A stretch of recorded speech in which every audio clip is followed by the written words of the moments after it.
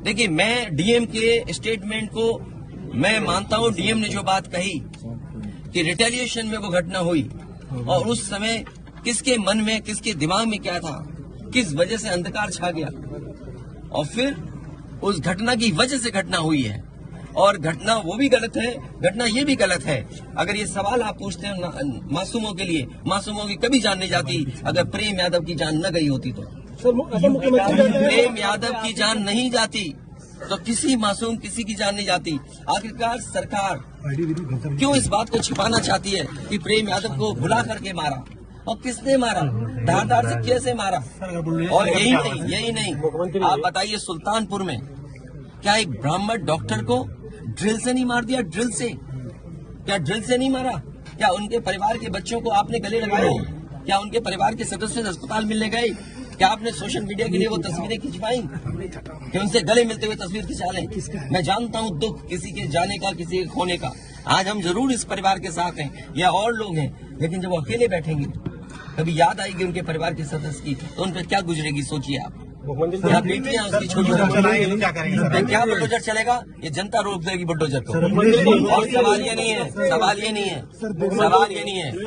एक मिनट हो जाएगी ना सवाल। मैं बैठा हूँ। ये जो बुलडोजर चलाने की भाषा है, जो बुलडोजर चलाने की संस्कृति है, ये मत समझिए बुलडोजर में दिमाग नहीं होता है। अगर बुलडोजर न्याय देने लगा तो अगली सरकार भी यही करेगी। इसलिए मैं सोचता हूं कि अगर आप योगी हैं, योगी की परिभाषा यही है, दूसरे का दुख अपना दुख समझे। आप अपना गिराते हैं तो मुआवजा लेते हैं।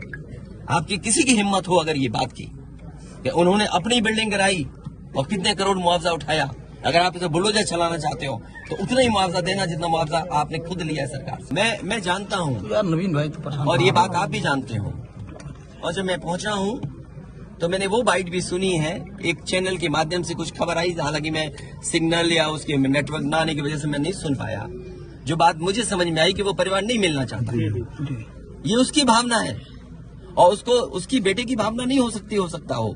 कुछ ऐसे नेता हैं जो उसको समझा रहे होंगे कि तुम मत मिलना, तुम उनको नीचा दिखा दो, अपमानित कर दो। सवाल ये नहीं, हम किसी के भी दुख में शामिल होने आए हैं। इसीलिए मैंने कहा, आपने जब बुलडोजर से किसी की माँ और बेटी को जला दिया गया और बुलडोजर चल गया, आप उस परिवार के उस बेटे से मिलने नहीं गए। उस बेटे को इस सरकार ने ठंड में नंगा किया था। अरे हम तो कहते हैं उस बेटे से तुम क्यों नहीं गला मिलते हो जाकर, क्यों नहीं मिलते जाके सरकार?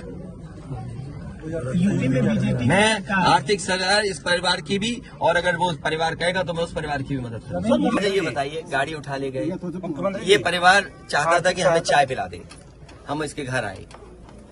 आप बताइए, चीनी चाय की पत्ती से लेकर कोई सामान नहीं ला सकते, पानी नहीं ला सकते। अरे किस बात के लिए सुरक्षा है? सुरक्षा तो इस बात की, इनकी जान की सुरक्षा होनी है। अगर इनको कोई जरूरत है तो सुरक्षित होकर के जाए बाजार और सुरक्षित होकर के बाजार से लौट के आ जाए। ये इसका मतलब सुरक्षा है। सुरक्षा का मतलब ये थोड़ी कि घर को, परिवार को कैद कर दो, गाड़ी उठा ले जाओ, यहाँ से सामान ले जाओ। मध्य प्रदेश का भी मत पूछो, मैं आपसे कह रहा हूँ नहीं, कोई आर्थिक सहायता नहीं। ये परिवार अगर पढ़ेगा लिखेगा, जो पढ़ाई करना चाहेगा, जो मदद करेगा, मैं करूंगा मदद। इस परिवार की हम मदद करेंगे और मैं सरकार से कहूंगा कि अगर वो सरकार मदद करती है तो दोनों परिवार की मदद करें। सर, सरकार की तरफ से ये कहा जा रहा है कि न्याय हो रहा है, मगर यहाँ साफ साफ दिख रहा है जातिवाद हो रहा है। इसको किस तरीके से देखते हैं? सबका विकास की बात, इसीलिए मैंने कहा, देखिए योगी की सबसे बड़ी परिभाषा यही है, जो दूसरे का दुख अपना दुख समझे। मुख्यमंत्री जी को किसी के साथ भेदभाव नहीं करना चाहिए अगर वो मुख्यमंत्री उत्तर प्रदेश के हैं, और किसी भी घटना से राजनीतिक लाभ नहीं लेना चाहिए।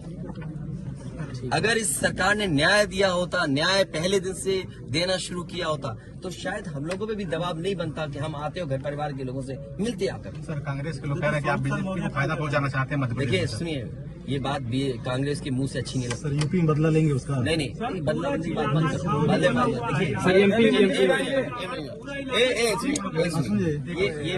ये विषय इसलिए मैं नहीं उठाना चाहता हूँ कि ये हमारे लिए देवरिया कांड बड़ा विषय है।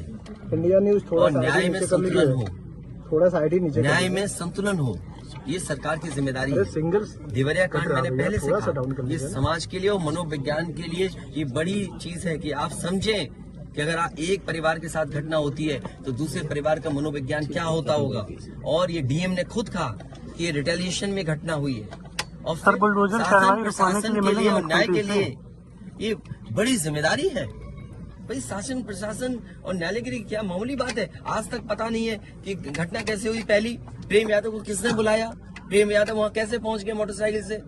उन्होंने कभी जमीन ली, उनका भाई बेच रहा है। अब परिवार की बातें क्या मैं बोलूंगा जो मैं जानता हूँ या आप जो जानते हैं, जो आप जानते हैं कि भाई परिवार जो था अगर जमीन बेच रहा है, एक भाई ने बेच दी जमीन, इन बातों को मैं कहूँ कि वो परिवार अपने भाइयों के साथ कैसा व्यवहार करता था, ये बातें मैं कहूँगा क्या? ये सब आप जानते हो। इसलिए मैं आपसे भी उम्मीद करता हूँ लोकतंत्र तभी मजबूत होगा जब न्याय मिलेगा। और न्याय की भावना होती सरकार की तो खेतों में इतना कार्यकर्ता नेता नहीं दिखाई देता।